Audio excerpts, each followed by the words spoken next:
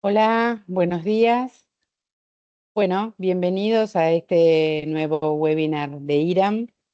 Como bien pueden leer en la placa, hemos silenciado micrófonos y desactivado sus cámaras para mejorar la comunicación, por lo que les vamos a agradecer que las consultas que surjan las vayan escribiendo en el chat para que luego el moderador pueda leerlas y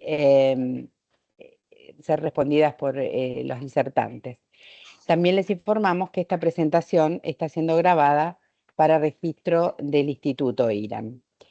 Bueno, hoy estamos presentando en este webinar de gestión de riesgos cómo fortalecer los resultados con la serie 31.000.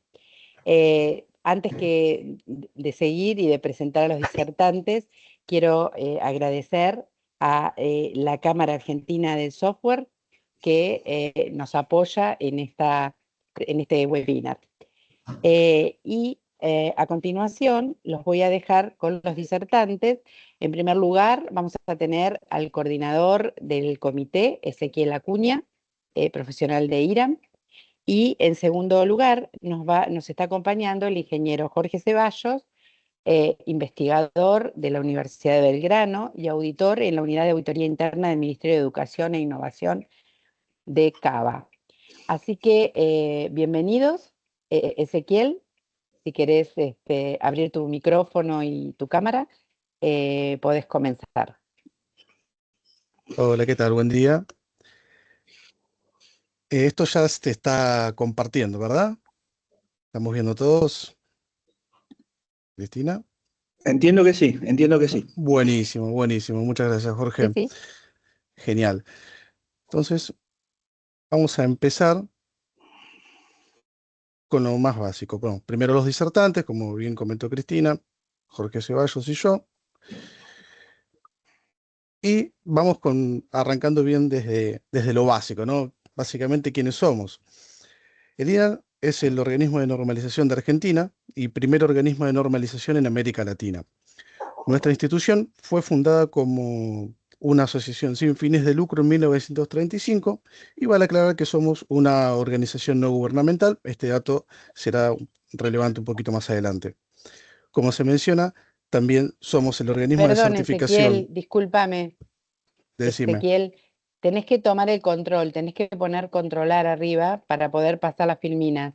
No Ah, estoy acá viendo está. que esté sucediendo. Perdón, me había olvidado ese pequeño detalle. Ahí, avísame si ya está bien. No, no te preocupes. Ahí Buenísimo. estás en el quiénes somos de IRAM, la filmina Exacto. 4. Estábamos ahí de Perfecto, todas maneras. adelante. Muchas gracias. Todo lo que dije anterior sigue siendo válido, así que somos el organismo de certificación nacional para productos, servicios, sistemas de gestión, competencias personales. Y también ofrecemos servicios de capacitación y contamos con un centro de documentación único en el país. Respecto al tema de normalización, somos representantes y somos miembros plenos de la ISO en Argentina, junto con la Asociación Electrotécnica Argentina, formamos parte de IEC y somos miembros plenos de COPAN y AMN, que son asociaciones regionales. Muy bien, me gustaría detenerme un segundito en esta diapositiva, más que nada porque siempre hay una confusión a veces respecto a lo que son especificaciones técnicas, a lo que son las leyes, a lo que son las normas. Como podemos ver, en la base tenemos lo que son especificaciones técnicas empresariales o interempresariales y en la cima tenemos lo que son las leyes, los decretos. Hay dos factores a tener en cuenta. El primero de ellos, acá está, perdón. El primero de ellos es la especialidad. ¿A qué nos referimos con esto? A medida que nos acercamos hacia la cima, la especialidad decrece, mientras que cuando nos acercamos a la base, la especialidad crece. Esto se debe a que las organizaciones se tienen que adaptar a los cambios de forma mucho más rápida, entonces su documentación tiene que ser especializada y está hecha eh, a- a- a, mm, para cada tipo de organización. En cambio, en la ley tiene que abarcar un universo mucho más amplio y general. El otro factor es la duración, y acá la relación se invierte. A medida que nos acercamos a la cima, empieza a crecer la duración, significa que son documentos mucho más longevos, y a medida que nos acercamos a la base es al revés. La duración decrece, pero decrece por el nivel de actualización permanente que tienen este tipo de documentos. En cambio, en los que son los documentos de la cima, tienen una actualización mucho más lenta porque tienen que pasar por diversas cámaras, se tiene que reglamentar la ley. Entonces, por lo general, suelen ser documentos más longevos. Después, otra cosa que tenemos que tener en cuenta es que en la base, las especificaciones técnicas y de empresas no son obligatorias. Obviamente son obligatorias para las empresas que desarrollan esos documentos, o sea, las empresas. Después, en el centro estamos nosotros, que las normas son de carácter voluntario y son publicadas por organismos nacionales de normalización alrededor del mundo.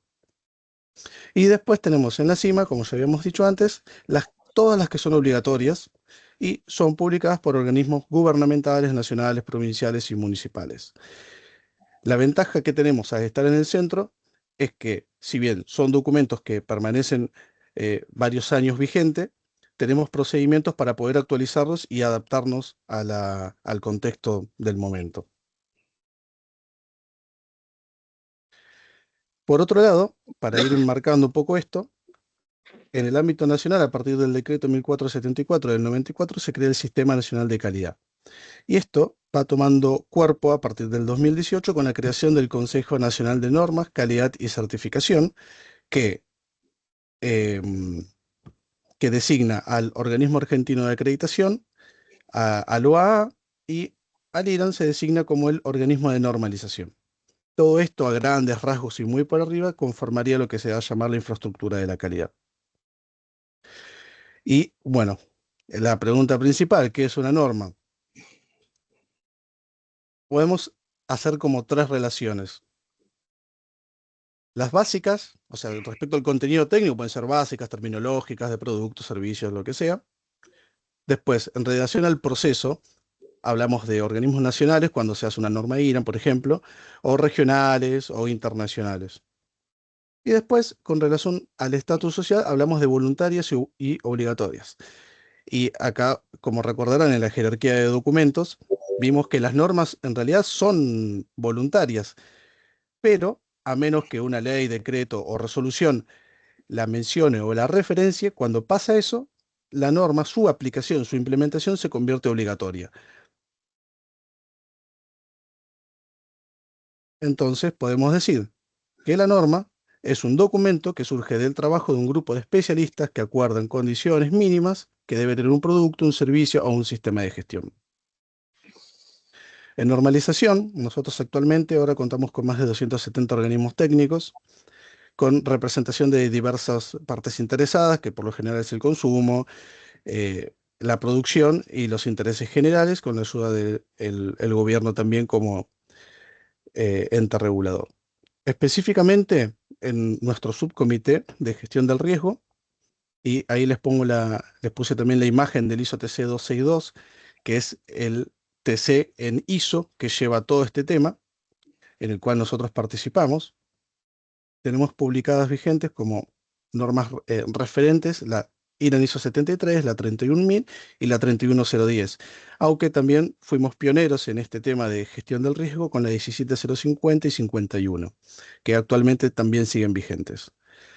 Este organismo de estudio, o sea, el subcomité de gestión del riesgo, al cual están todos invitados a participar, está llevando a cabo la actualización de la 31010, que son las técnicas específicamente para evaluación del riesgo, y a su vez contamos con un experto técnico que está participando en el foro internacional en ISO, eh, formando parte del working group de la 31000, que justamente es la norma madre para todos nosotros, que es la de gestión de riesgo, las directrices generales.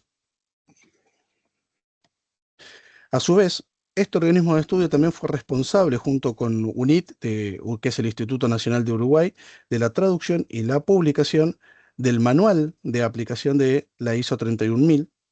Ahí a la derecha podrán ver una breve descripción de los beneficios que se describen en este manual acerca de la implementación de la gestión del riesgo en las organizaciones. Y este documento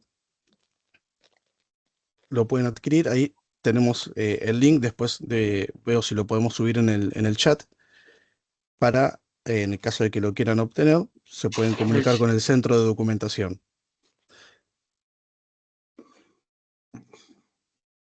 Entonces, ya vimos un poco la jerarquía, vimos qué es el IRAN, qué es las normas, a grandes rasgos cómo se elaboran, y vimos que es un tema bastante importante el tema de gestión del riesgo.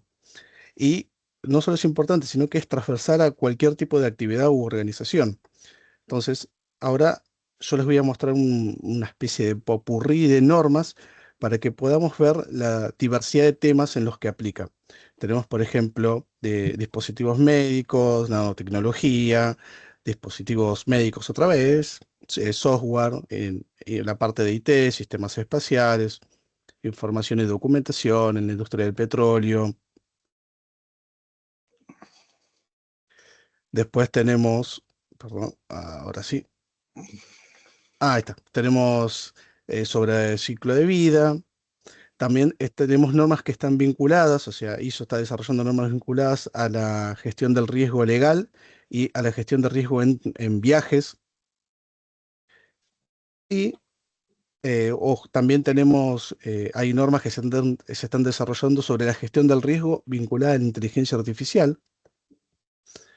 Y si esto avanza, también tenemos la 31050, que es la gestión de los riesgos emergentes, un tema muy importante del cual ahora Jorge nos va a hablar en profundidad. Entonces, para finalizar, mi parte al menos, podemos decir que la implementación de una gestión eficaz del riesgo apoya la calidad y el éxito y potencialmente el bien de la sociedad. Muy bien. También es parte de todas las actividades de las organizaciones y agrega y protege valor. Pero, siempre hay un pero en todo esto, todo cambia constantemente, las metas, los objetivos, el marco de referencia. Por eso es importante evaluar constantemente e ir implementando y aplicando las lecciones aprendidas. Esto es muy importante, sobre todo cuando en un contexto tan cambiante como el nuestro.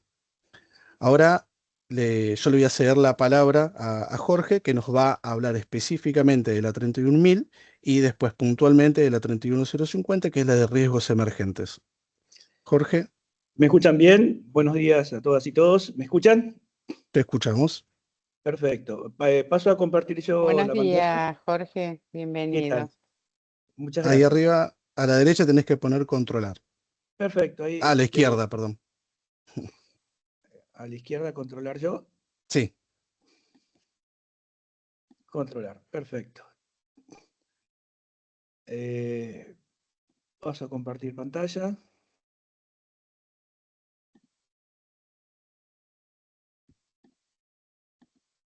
¿Ahí ven? ¿Se ve bien? ¿Hola? Sí, se Sí, ve perfecto. perfecto, Jorge. Perfecto, bien. Retomando las sabias palabras que estuvo mencionando Ezequiel y la introducción de Cristina. Estamos hablando de riesgos, estamos hablando de oportunidades, y justamente este evento tiene que ver con esto, la oportunidad que tenemos como país, como organización, como empresa, de poder entender las nuevas reglas y posicionarnos en estas nuevas reglas. Y el rol tan importante que cumple IRAM, que nos permite acceder a un posicionamiento internacional, que nos permite acceder a nuevas normas para ser competitivos. Entonces, ese es el primer mensaje que yo quería rescatar, que tenemos la posibilidad de participar, de co-crear estos procesos de conocimiento. Y a partir de ahí puedo mencionar entonces de qué se trata esta norma de riesgos. Riesgo entendido como el efecto que puede provocar una incertidumbre, algo que no sé, sobre los objetivos. Necesitamos saber bien los objetivos de negocio, los objetivos de la organización, los objetivos de las misiones y funciones que tiene un organismo público y entender qué consecuencias nos traen cada una de las decisiones, que pueden ser positivas o negativas. Esta norma 31.000 se apoya en 3 ejes. Esta norma nos permite pensar primero los principios, esos elementos intangibles, pero son las que nos orientan a dónde tenemos que poner el esfuerzo y dónde tiene que estar el sentido de lo que hacemos dentro de la visión del negocio.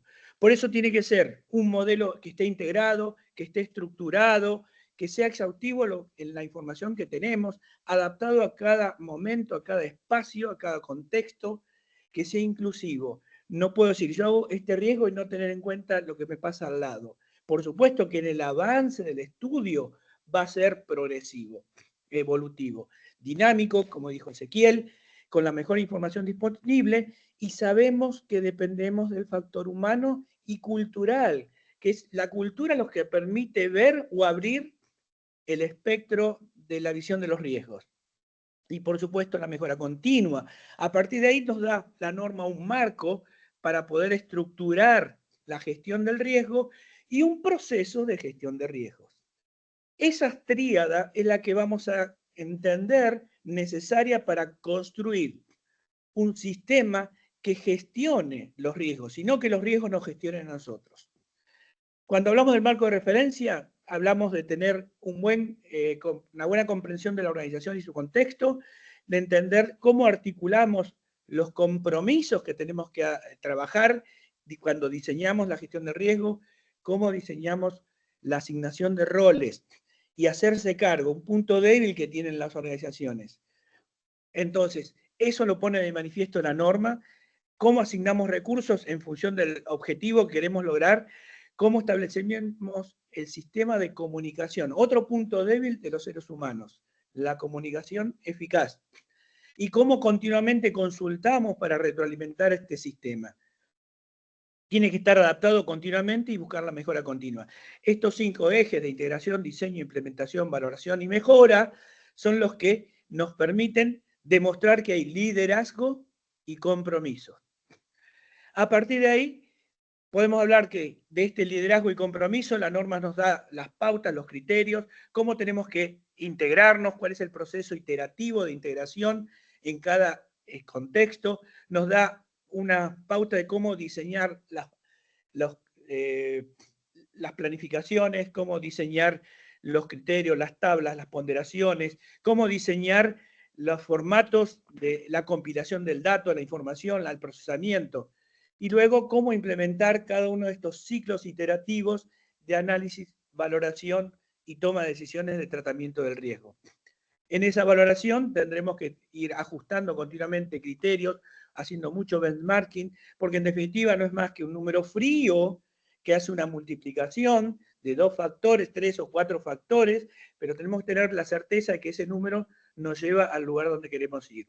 En cuanto al proceso, no sé si voy muy rápido, pero quiero tratar de llegar en los tiempos, pero me paran si voy con algún concepto que no fui claro, por favor.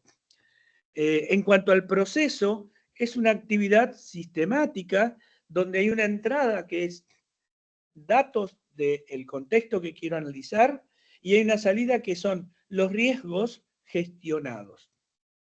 En esos datos que necesito, antes de empezar a trabajar en el análisis de riesgos, tengo que definir cuál es mi alcance, en qué contexto lo voy a analizar, cuáles son los factores externos e internos que modifican ese contexto, cuáles son los criterios alto, medio, bajo del impacto que tiene el riesgo, cuál es el criterio alto, medio, bajo de la probabilidad o frecuencia con que sucedan esos eventos y cuáles son los criterios para buscar a través de una vigilancia tecnológica las nuevas oportunidades.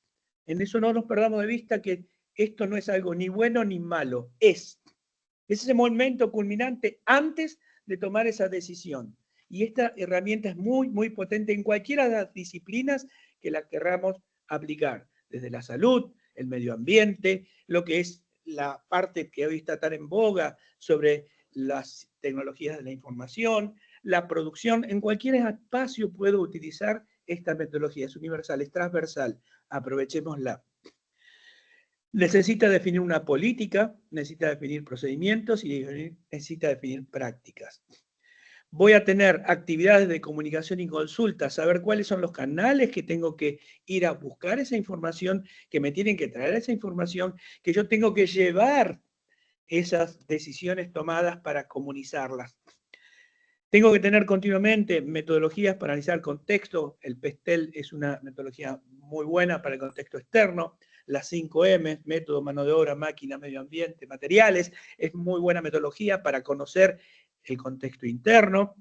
Y luego, un proceso para identificar la naturaleza del riesgo, la naturaleza de las oportunidades.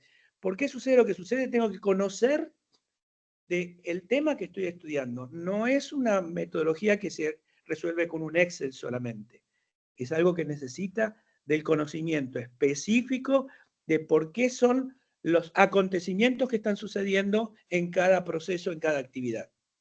A partir de ahí, puedo hacer con los criterios que tomé en cuenta, las ponderaciones, y luego tomaré las decisiones de qué tratamiento hacer.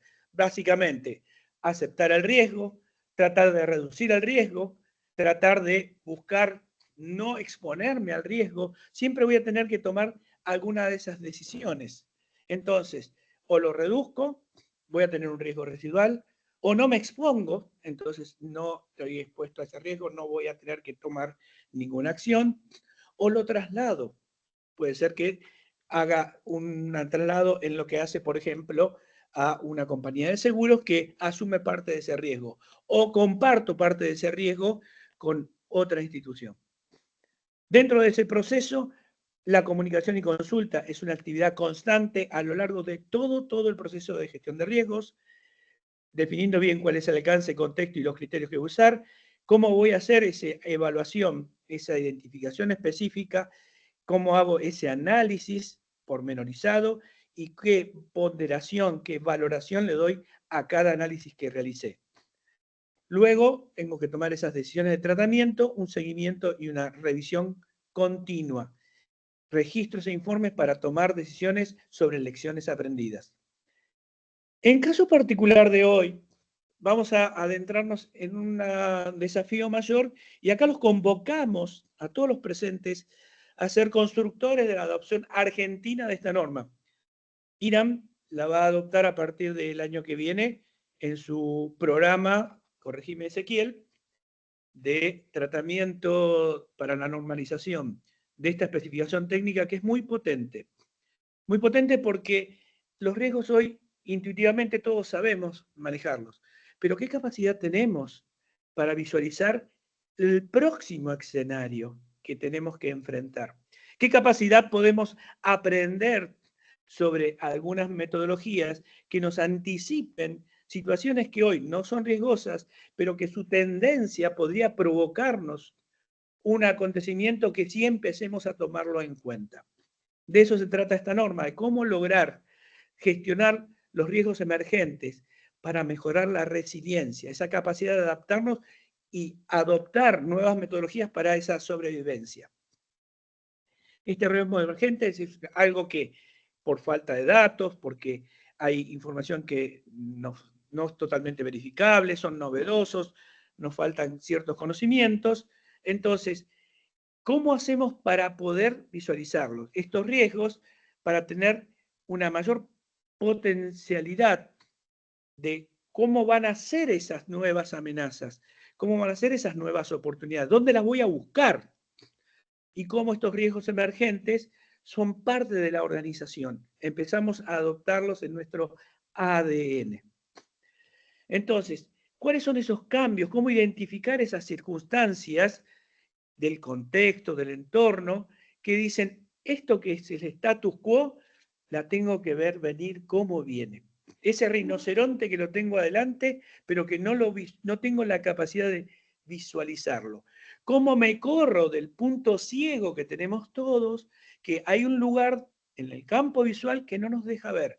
Tenemos que modificar el punto de vista para poder ver eso que estaba. El punto de vista define el objeto.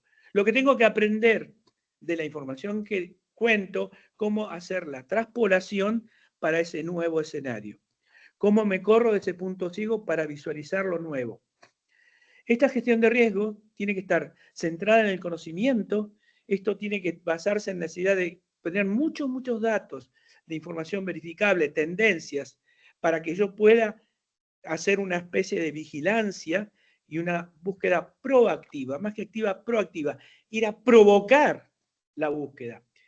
Y tener capacidad de interpretación de esos datos. Yo tengo que generar datos, información, conocimiento, y luego eso me va a dar la inteligencia.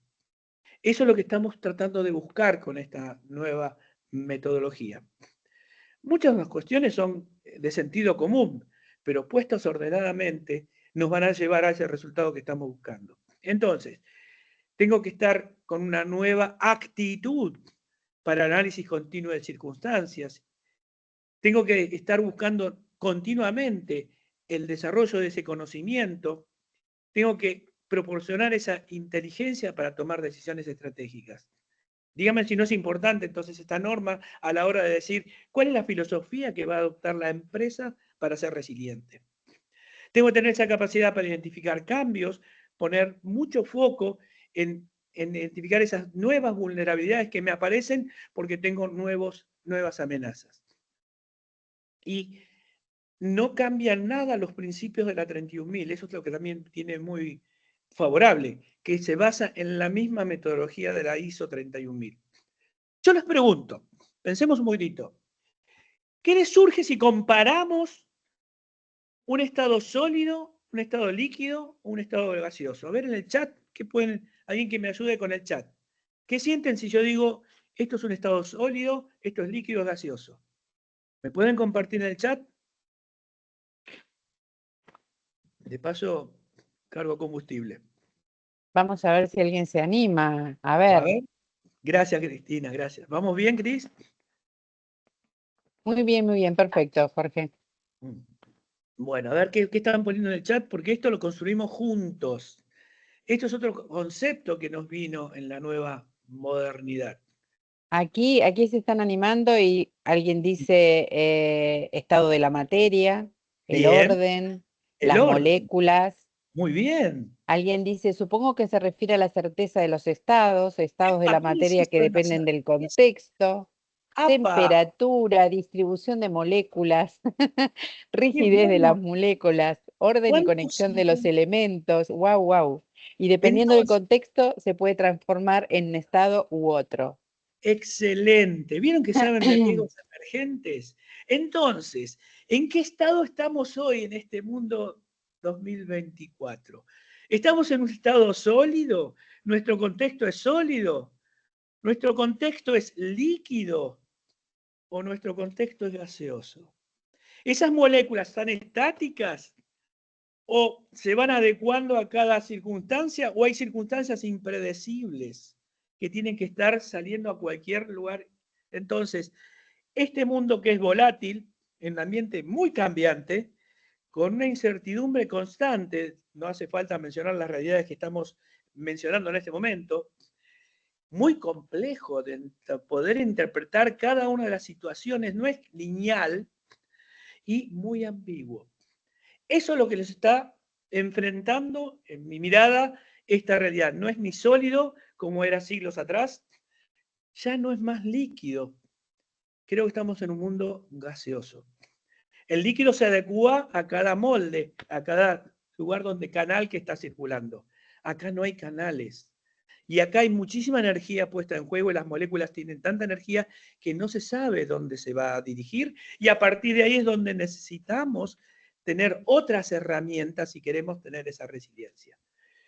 Conocen el concepto de Vika e Ivani, los refrescos nada más, que eso Vika volátil, efímero, incierto, con la incertidumbre del entorno, complejidad y ambiguo que recién mencionaba. ¿Y qué pasa con el Bani? Extrema fragilidad. Hoy nada queda quieto y se rompe muy fácilmente. Es muy variable esa situación que no tengo dónde agarrarme. Que eso me genera una ansiedad. Ansiedad en las personas que toman decisiones. Es decir, pero ¿cómo tenía esto y qué hago? Y allá, y el cheque, y no llego, y el Bitcoin. Todo eso nos genera una ansiedad que es nociva para la organización. Y si encima quiero estudiar por qué pasa lo que sucede, no tengo una razón lineal. Es multicausal. Y además no es comprensible muy bien qué sucede. Entonces, estos elementos necesita desarrollar la resiliencia para que no se rompan las cosas. Para eso tengo que tener creatividad, antifragilidad, Necesito tener empatía para que esa ansiedad, bajar un cambio, darle la plena atención, generar ese espacio de escucha activa, tener esa compasión, esa visión completa del otro, del próximo o del prójimo, porque yo solo no voy a poder. Alguien me dijo, hasta el Padre Nuestro se necesitan dos para ser rezados los que son creyentes. Es no lineal, entonces tengo un contexto muy flexible donde hay agilidades emocionales y mentales, con lo cual es un nuevo aprendizaje. Los que están ahora sentados cómodos, los invito a que después se crucen de brazos y estén 5 segundos sintiendo la mano sobre el antebrazo, y después que estén muy, muy cómodos, hagan el esfuerzo de ponerse cruzados los brazos al revés. Y van a ver cuánto les cuesta eso. Cómo tenemos que reaprender hasta algo tan sencillo. Estos nuevos cambios que el cuerpo también está padeciendo son parte de lo que yo tengo que analizar en estos riesgos emergentes. Y tener una intuición, una agudeza y una velocidad ágil para poder entender las nuevas variables. Cuando digo ágil, no es eliminar actividades, es enterarme antes qué estoy haciendo mal. En etapas tempranas y tener la información de decir, este no era el camino, y no esperar varios meses de resultados para decir, no era por aquí. La naturaleza y las características de los riesgos emergentes, que tienen una formación diferente en cuanto a que desconozco mucha data, entonces tengo que entender ese continuo monitoreo del contexto, tengo que tener una agudeza de observar esos cambios y tengo que tener esa vigilancia estratégica. Con lo cual, cada uno de los colaboradores que están con nosotros, tenemos que alentarnos, que nos den ese feedback, que tengan este aprendizaje. Ahora yo les pregunto, ¿quién se anima a operarse si la persona técnica de operación dependiera de los resultados de los análisis clínicos obtenidos de datos incompletos, limitados o incluso faltantes? ¿Se animan? Sin embargo, en las empresas hoy está pasando esto. Con lo cual, reflexionemos en qué nos estamos enfrentando y reflexionemos si no es importante que Argentina adopte una norma de estas características y que el INAM pueda una vez más dar este aporte al conocimiento. Por eso los convocamos a que colaboren en esta triada. Entendemos que la naturaleza y las características de los riesgos emergentes también tienen aspectos del conocimiento, cómo voy a adquirir esos conocimientos, cómo puedo tomar decisiones en base a una cantidad mínima de datos, la calidad del dato, la oportunidad del dato, quién va a hacer el control, la gestión de ese dato, que sea eficiente, completo, íntegro, quién se hace responsable de jerarquizar los datos, porque tampoco es tener un montón de datos que no me sirven. Entonces, acá hay que repensar lo que estamos haciendo en una vorágine Vika-Bani.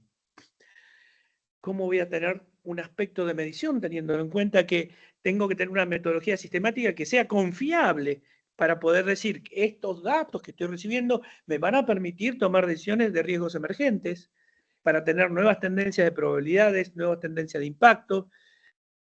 Y después necesito indicadores, por ejemplo, de tiempo, desde cuándo están haciendo distingos de cambio, a partir de qué momento son la velocidad del cambio. Todos esos datos también tengo que considerarlo cuando quiero constituir un sistema de gestión de riesgo emergentes, sabiendo que hay alta volatilidad, con lo cual hacer toda una superestructura rígida, cuando tengo que estar después cambiando las instrucciones que le di a mi colaborador para que pueda hacer estas actividades, me va a decir, ponete de acuerdo con vos mismo. Eso tenemos que también tenerlo en cuenta. Para desarrollar los riesgos emergentes, entonces, es importante esta vigilancia del contexto. ¿Cuáles son las señales? Que en principio son débiles, pero son las tendencias de indicadores para decir, no la vi venir, ¿cómo no la vi venir? ¿Qué tuve que haber monitoreado y no monitoreé? Eso es lo que me va dando la norma. Y esa relación que hay entre el riesgo emergente y la resiliencia organizacional. Eso me va a permitir, por lo menos, prevenir, tener alertas tempranas que voy a tener que enfrentar una situación y me preparo para. Entonces, ante esas posibles fallas, yo ya tengo una gimnasia previa. no voy a evitar el problema, no voy a estar analizando nuevos escenarios de oportunidades si no tuve la gimnasia para poder enfrentar eso. Entonces necesito anticipación, resistencia y recuperación y adaptación. Estas tres dinámicas es lo que me permite ser resiliente. Me pude anticipar, vino igual, tengo resistencia, me recupero, vino una nueva oportunidad, tengo resistencia para trabajar en las nuevas ofertas, en nuevas cotizaciones y puedo recuperar mercado y me adapto a ese nuevo mercado con este nuevo producto que pude ajustar a lo que ya tenía. Esas características, entonces, referido a la resiliencia organizacional, es absorber lo que viene, el golpe. La palabra resiliencia viene de la física, viene de estudiar los comportamientos de los materiales. La goma tiene muchísima resiliencia porque absorbe el golpe, se recupera a la nueva situación, vuelve a su estado anterior, no es plástico, es elástico, y se adapta en cada contexto. Eso es la figura síntesis que podemos tener en cuenta, cómo nuestra organización se absorbe ese golpe o absorbe esa nueva oportunidad, se recupera porque reorganiza la producción, reorganiza los servicios, reorganiza las capacitaciones y se adapta vendiendo algo nuevo. Necesito indicadores tempranos, pero puedo prevenir y mitigar todas las posibles fallas y explotar esas oportunidades. Argentina es muy, muy capaz en esto. No lo perdamos. Tenemos esta posibilidad. Tómalo o déjalo. La supervivencia no es obligatoria. En cuanto al proceso, dijimos que tiene que ser integrado, estructurado, exhaustivo y adaptado. No hay no hay nada que no hayamos visto al principio, lo vi rapidito, por tema del horario, pero ya lo había explicado y les queda el material. Sí quiero hacer foco en lo que es la mejor información disponible, porque nos está dando cuenta de que hoy puede ser que no tenga la información perfecta. Entonces voy a tomar decisiones con un margen de error. Ese margen de error es conocido y voy a seguir avanzando para poder tener una nueva visión de riesgo emergente en una segunda iteración. No me quedo estático porque me faltó un dato. Lo tomo en cuenta con un margen de error. Lo perfecto es enemigo de lo posible. Entonces vamos paso a paso con la mejora continua. Y del proceso, los riesgos emergentes, lo que me hace foco es en tener un pensamiento precautorio y ser lo más transparente posible en cuanto a los temas de decisiones, porque involucro al otro y el otro me involucra a mí y necesito esa transparencia para poder saber cuál es el margen que estoy trabajando. En cuanto a la identificación de esos riesgos emergentes, hay consecuencias positivas y negativas. Pero también tengo que entender que hay efectos en cascada y algunos son acumulativos. No es lineal, esto es un árbol que se va abriendo y ramificando, pero en forma inversa, que cada uno confluye a una rama cada vez más grande. Eso lo tengo que entender. Y a veces no es inmediata la visualización de esto. Tengo que estar continuamente viendo qué puede pasar que no vi. Entonces, es a nivel estratégico que tiene que empezar a tratarse esto, no a nivel operativo. Esa es una decisión muy grande que tienen que tomar los managers, los líderes. Entender de esta situación y atenderla tomando herramientas. En esos riesgos emergentes voy a también manejar estadísticas, probabilidades e incertidumbres. Pero acá le agrego la percepción. Eso que nuestra mamá no sabía nada de riesgos emergentes, pero estaba muy atenta a que no nos quemáramos, no nos cayéramos, tal vez algunos sobreprotectores, pero ese aspecto de percepción lo tenemos que tener en cuenta en una justa medida para manejar esas incertidumbres. El otro aspecto que hoy está teniendo una relevancia tremenda es el compliance. Argentina, cuando quiere estar interactuando con los países de la región, se encuentra que su compliance no es equivalente al compliance del país vecino y entonces ahí tienen que estar estudiando continuamente esas regulaciones que en la letra chica se nos complica. No es igual, como diría alguien, es igual pero diferente. Entonces, esos aspectos culturales, regulatorios, sensibles, tengo que prestarle mucha atención porque es el leve desvío que con el tiempo se abre una brecha muy grande. Además, requiere de conocer muy bien las responsabilidades que se van a asumir y darle autoridad. No es fácil esto, pero cuando no tengo tiempo suficiente para hacer todo el ciclo, tengo que confiar en mi recurso. Lo tuve que haber formado bien y darle cierta autoridad para la toma de decisiones. Por lo menos para saber cuándo detectar esos riesgos emergentes y cómo configurar la base de datos de información disponible para que esas decisiones sean confiables. La norma luego nos habla del tratamiento de riesgos emergentes. Para poder cambiar esas tendencias, no es nada diferente a que pide la 31.000. Sí nos dice cómo desarrollar la capacidad para anticiparse. Esa resiliencia que dijimos antes de anticiparse, adaptarse y adoptar las nuevas medidas. Y por último, seguimiento y medición de los indicadores. Acá hay que generar nuevos indicadores. No es un KPI lo que estamos hablando, sino la capacidad de olfato, la capacidad de anticipar cuáles son los indicadores que me van a marcar modificaciones de los parámetros. No tengo el indicador del parámetro, sino son los metaindicadores que tengo que tener en cuenta. Y luego, por supuesto, como todo sistema de gestión, tengo que confiar en la información y en la continuidad de gestión de la información documentada. Esa información que tiene que ser oportuna, que tiene que darme confianza en lo que está escribiéndose, que sea íntegra, pero además que tenga esa continuidad.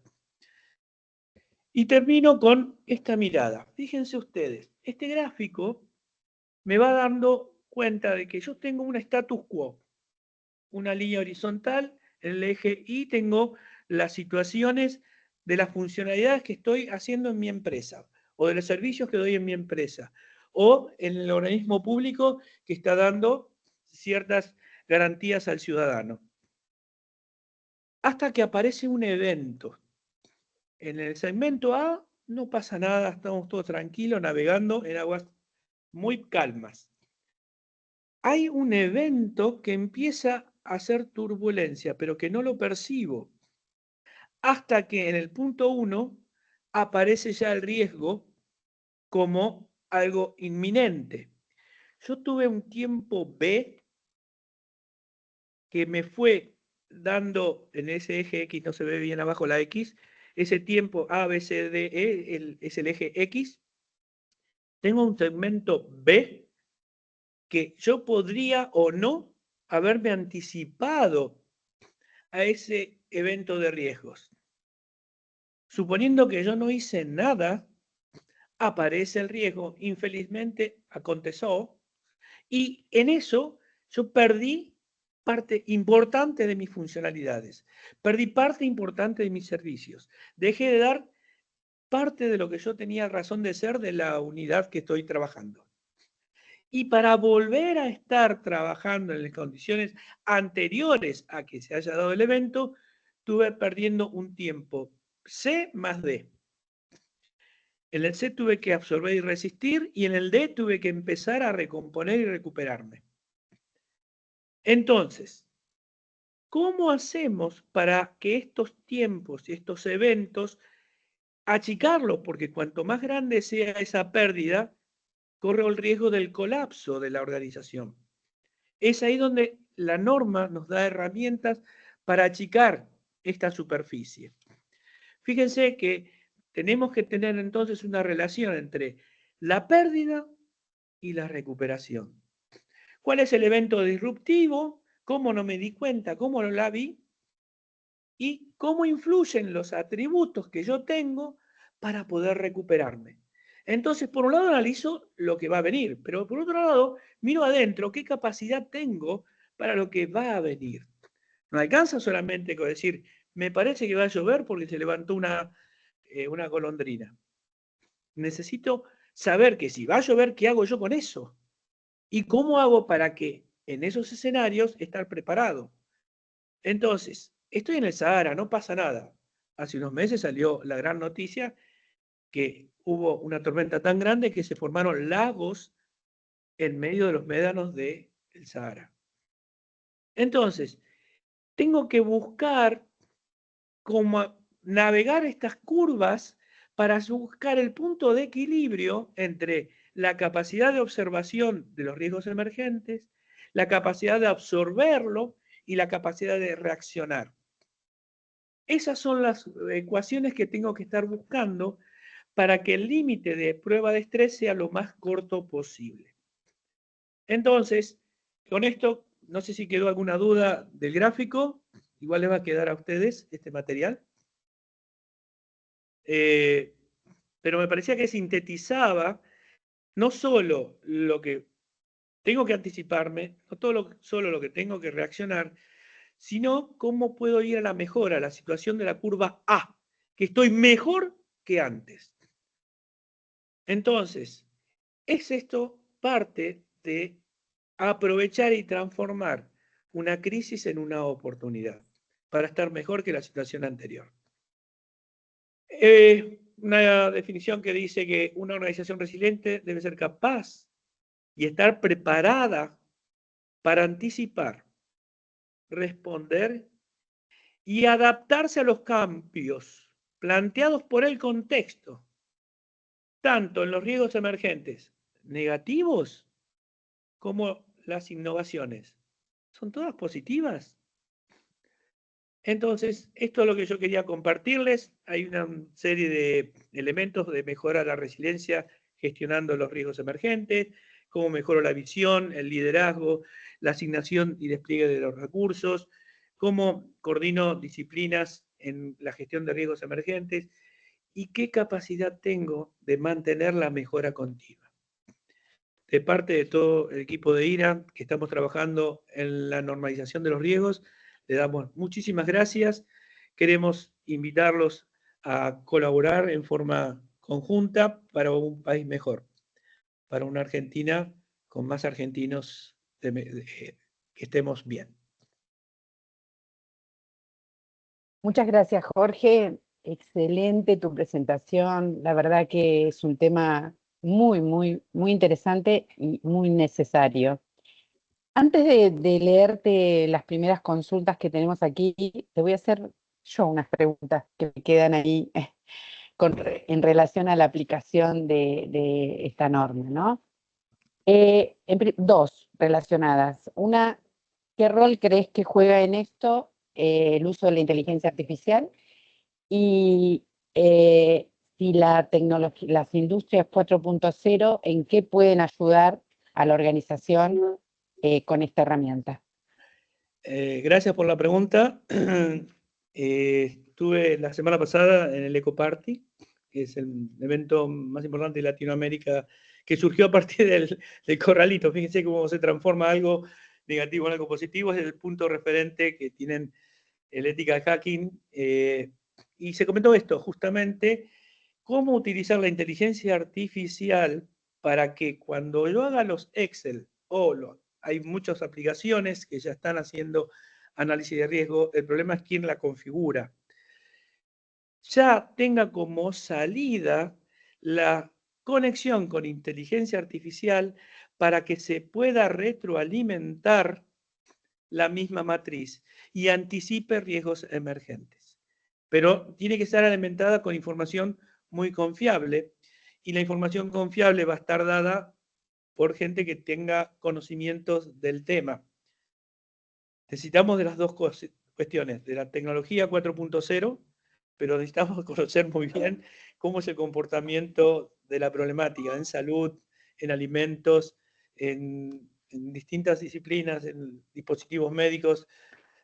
Hoy mi nietito tiene una bomba, él es diabético, nació diabético tipo 1, y tiene una bomba con inteligencia artificial que según cómo se está desenvolviendo él, automáticamente va regulando la dosificación de la bomba, con los errores que hay, que si se colocó bien, si hubo algún factor no identificado, no lo puede retroalimentar. Pero hoy la inteligencia artificial vino para quedarse, la diferencia va a estar quién sabe usarla y quién no.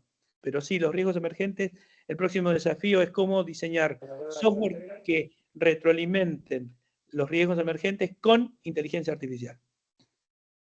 Muchas gracias, Jorge, clarísimo.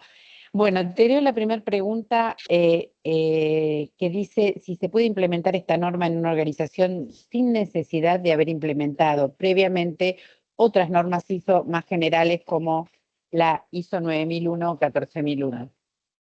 Sí, se puede, siempre y cuando hay 3 o 4 principios que tenés que tener en cuenta. Primero, el foco en el cliente o en el Usuario. alcanzado por el servicio. Entonces, todo lo que hagas, hay 7 principios de la ISO 9001 que son universales, que los recuerdo ahora. El foco en el cliente. Hacela, la de riesgo sí hacela, pero pensando en el alcanzado de tu trabajo. 2, pensalo en proceso, no pensés en algo aislado. Ya que vas a hacer un análisis de riesgos, pensá qué procesos son los involucrados, porque si vos te centrás en un activo de ese análisis, te estás perdiendo de vista que ese activo o esa función está en un proceso. Entonces, el abordaje, la estrategia tiene que ser con enfoque en el proceso. Tiene que tener en cuenta muchos datos y hechos para tomar decisiones. Si estás tomando a nivel subjetivo, tenés un margen de error muy, muy grande. Tercero, tener muy en cuenta las partes interesadas. Son los que te ayudan a entender por dónde pasa la cosa. Interactúa continuamente con las partes interesadas, comunicación y consulta. Cuarto, la participación del personal. Si no lo haces participar, te estás haciendo algo endogámico y te va a salir la mejor matriz de riesgo para vos mismo, pero no para la organización.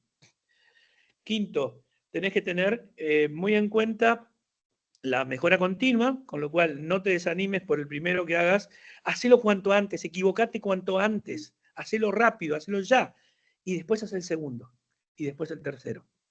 La participación del personal, entonces, recorrer los 7 principios y vas a tener entonces, después sí, hace tu matriz de riesgo, Requiem Impache, digo yo, riesgos R igual a I por P, RIP, I de impacto, P de probabilidad, pero hay muchos otros factores que después lo puedo agregar. Por ejemplo, yo tengo la probabilidad de que me hackeen. Muy bien. ¿Existe la probabilidad? Sí. ¿Y el impacto? Y me sacaron la fórmula que dio mi madre para hacer la torta exquisita. Bueno, pero ¿cuál es el interés que puede tener alguien de sacarte la fórmula? Nadie. Entonces, ¿por qué vas a poner el acento en algo que no hay un interés? Lo achicás. Tengo ganas de hacer algo muy, muy complejo. ¿Tenés la tecnología para hacer ese riesgo? No. Entonces también vas achicando la posibilidad de que ese riesgo se materialice, porque no hay intencionalidad. Si bien matemáticamente te da válido, necesitas tener entonces también esos otros factores. Hacer la matriz de riesgo, pero sabiendo que no es solamente I por P. Pero hacelo. No sé si contesté. Perfecto, gracias, Jorge. La segunda dice si podés repetir las metodologías para evaluar contextos que mencionaste, como las 5 M's y cuál más. Bueno, hablaste del PESTEL, ¿no? Política. El contexto político condiciona. Económico, el contexto económico. Social, tenemos que estar muy atentos al contexto social. Hay varios países que le han modificado toda la situación de su status quo y afecta a la organización. Lo tecnológico, 4.0, inteligencia artificial, lo ambiental, environment, el medio ambiente, hoy se están viendo los riesgos emergentes que están pasando a nivel mundial y se está viendo que el medio ambiente va a ser dentro de los 5 factores más importantes de aquí a 10 años en cualquier organización que tenga que tomar alguna decisión.